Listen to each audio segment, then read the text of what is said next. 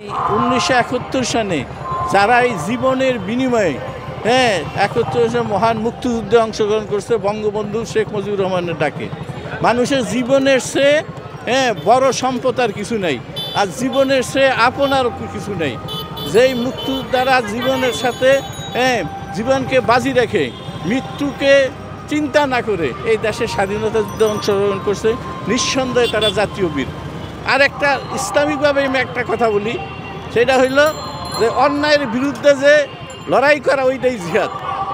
1971 সনে যেটা হইতেছিল আপনারা তখন হন নাই, যারা 30 যুদ্ধ 50 যুদ্ধে তারা দেখেছে যেই অত্যাচার বাংলা জমিনে হইতেছিল, তখন বঙ্গবন্ধুর ডাকে আমরা মুক্তিযোদ্ধারা অস্ত্র হাতে নিছি এবং আমরা নির্ভয়ে পশ্চিমার বিরুদ্ধে এই অত্যাচারের বিরুদ্ধে আমরা লড়ছি।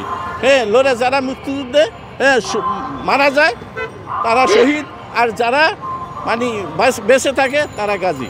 কাজী আমরা দুটোই যারা মরিয়া গেছে তাদের জন্য আমরা দোয়া করব। আর এই যে কোঠার ব্যাপারে যে কথা বলছেন, নিঃসন্দেহে যাদের মন অত্যন্ত বড়, যারা স্বাধীনতাকে বিশ্বাস করে, বাংলাদেশের চেতনাকে বিশ্বাস করে, তারা এই কোঠা সম্বন্ধে কোনো কিছু বলার অবকাশ থাকে না, বলা উচিত না। কারণ মুক্তিযোদ্ধা হলো 1,60,000 হয়তো বা 80,000 হবে। সেইখানে কোটায় একটা 10 কোটি, আজকে 20 কোটি লোক বাংলাদেশে 1% কত পড়ে? এইটা নিয়ে সত্যিকারে যাদের মুক্তিযুদ্ধের চেতনা আছে তারা বিরোধী ছাড়া এইটা নিয়ে কেউ কোনো মন্তব্য করা উচিত না। একদম মুক্তিযোদ্ধা হিসাবে আমার এইটা হইল বক্তব্য। তরুণ ছাত্রলীগ যারা, তারা অবশ্যই বাংলাদেশের স্বাধীনতা চেতনা বিশ্বাস করে, বঙ্গবন্ধুর আদর্শের সৈনিক, কিন্তু তারা হয়তো অনেকে বুঝে না। না বুঝে হয়তো বা এই কথা বলতে পারে যে সংস্কার বা এটা নিয়ে একটু অনেক কন্ঠাবাতি। সর্বোচ্চ আদালত হইল প্রধানমন্ত্রী, ঠিকই সবাই কথা চিন্তা করি, আমাদের মাননীয় প্রধানমন্ত্রী দেশনেত্রী তো ঠিকই কোঠা উঠিয়ে দিছে না।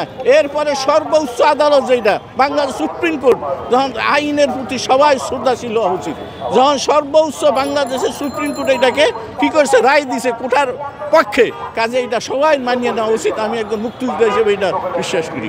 সেইটা প্রধানমন্ত্রী বাতিল করেছিল, সেইটা হয়তো তার অন্য কোনো চিন্তাধারা ছিল মাননীয় প্রধানমন্ত্রী, সেই জন্য হয়তো সে হয়তো এই সময় বাতিল করছে চিন্তা, এবং সে আসলে তখন বুঝতো যে ঠিকই এইটা আসলে আমার পক্ষে হয় নাই, ঠিক করে না, হয়তো এইটা নিয়ে ভবিষ্যতে কোনো কিছু হবে বা এইটা পক্ষে হয়তো অবশ্যই রায় হইতে পারে বা কিছু হইতে পারে।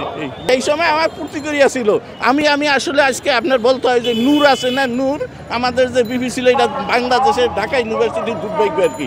ও প্রথম, ও সত্যিকারে তো আমাদের বরিশালের ছেলে, ও আসলে এটা নিয়ে অন্য কোনো ইস্যু না নিয়ে ও ইস্যু করলে এটার ভিতরে যাতে এই দেশের অন্য স্বাধীনতার বিরুদ্ধে যে সমস্ত আছে তাদের সাপোর্টটা পাইবে।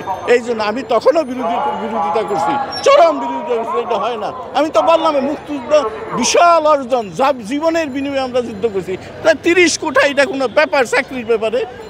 আজকে অন্য জামাতি আজকে দেখেন চাকরির ভিতরে অনেক কিছু ঢুকে গেছে, অনেক স্বাধীনতা বিরোধী ঢুকে গেছে, যার কারণে আজকে বাংলাদেশ চালাইতে অনেক সমস্যা হইতেছে। কাজেই আমি বলবো কোঠার ব্যাপারে যেটা সর্বোচ্চ আদালত সুপ্রিম কোর্ট যেটা রায় দিছে, ওইটাই বাস্তবায়ন করা উচিত।